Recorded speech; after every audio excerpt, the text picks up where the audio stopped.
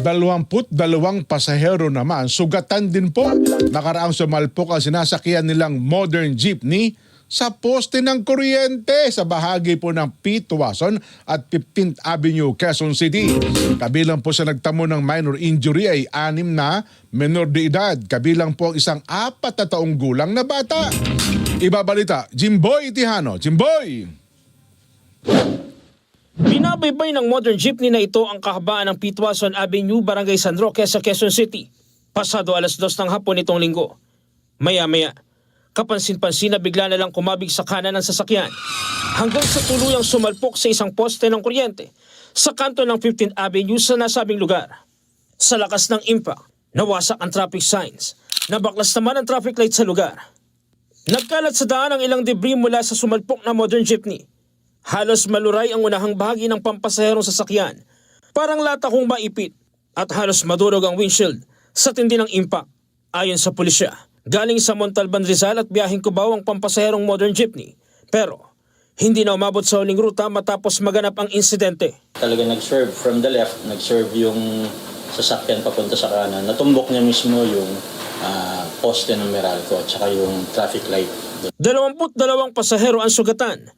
6 sa kanila mga menor de edad, kabilang ang isang 4 na taong gulang na batang lalaki. Sa 22 na yon, merong isang seriously injured, andun pa rin po sa hospital and under observation pa rin. According to sa rescue team natin, naipit kasi yung paa niya. At saka siya yung napuruhan because ang pwesto niya ay nandun sa side ng driver. Yun yung mismong tumumbok or sumalpok doon sa poste. Ang sabi niya, napapikit siya at nakatulog. Isinailalim na sa drug at alcohol test ang driver at lumabas na negatibo siya sa alak. In-undergo na rin po natin siya sa drug test and alcohol test kanina para malaman kung during the time of incident ay under the influence ba siya ng drugs. So far po may result na yung alcohol, negative naman siya. Nakipag-ugnayan na rin ang otoridad sa Land Transportation Office o LTO ukol sa nangyaring insidente. Submitting yung mga result ng ating investigation sa LTO for their own investigation.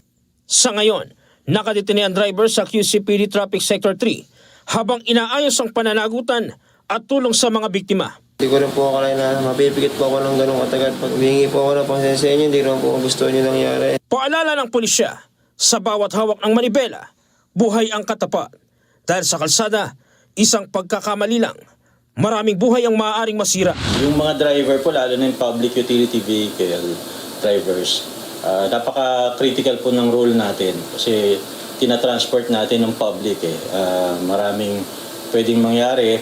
Before tayo bumiyahe, siguraduhin natin na sa magandang kondisyon yung ating katawan. Kung naramdaman natin na inantok tayo or feeling yung makakatulog, lalo naman pong masama kung itatabi natin para rin sa safety natin ng pasahero at ng ibang tao po. Jim Tihano, para sa 100% balita.